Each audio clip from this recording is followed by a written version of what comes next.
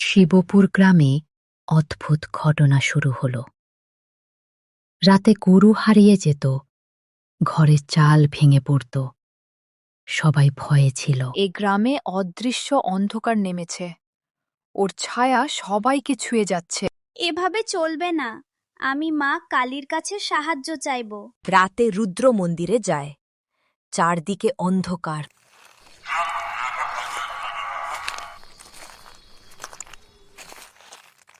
মা, তুমি ছাড়া আর কেউ আমাদের বাঁচাতে পারবে না, আমাদের রক্ষা করো।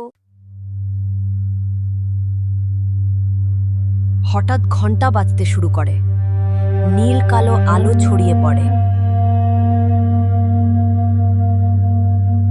মা, আমরা কি করব? সবাই খুব ভয় পাচ্ছে। রুদ্র, তোমাদের গ্রামে অশুভ শক্তি ঢুকেছে। ও এক ছায়া অসুর, মানুষের আশা খেয়ে শক্তি পায়। তোমার ভেতরের আলো জ্বালাও। সাহস, বিশ্বাস আর সত্য তোমাদের রক্ষা করবে। মানুষ এক হলে অশুভ শক্তি জিততে পারবে না। সবাই আসো, আমরা এক হয়ে মা কালীর নাম জপ মা করব। রুদ্রকে 3 শক্তি দিলেন: সাহসের আলো, বিশ্বাসের তিলক, সত্যের শঙ্খ। আমরা তোমার সঙ্গে আছি রুদ্র।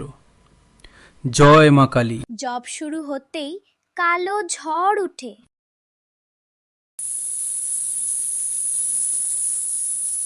ঠিক তখনই আকাশ ফাটিয়ে নেমে আসেন মা কালী। অন্ধকার কখনো আলোকে জয় করতে পারে না। তুমি মানুষের আশা চুরি কর, তাই তুমি দুর্বল। মানুষের দুঃখই আমার খাদ্য। তোমরা যত ভয় পাবে, আমি তত শক্তিশালী হব। আমাকে কেউ হারাতে পারবে না। মা ত্রিশূল নিক্ষেপ করলে অসুর ধোঁয়ার মতো মিলিয়ে গেল। আমি আবার ফিরে আসব। মানুষের ভয়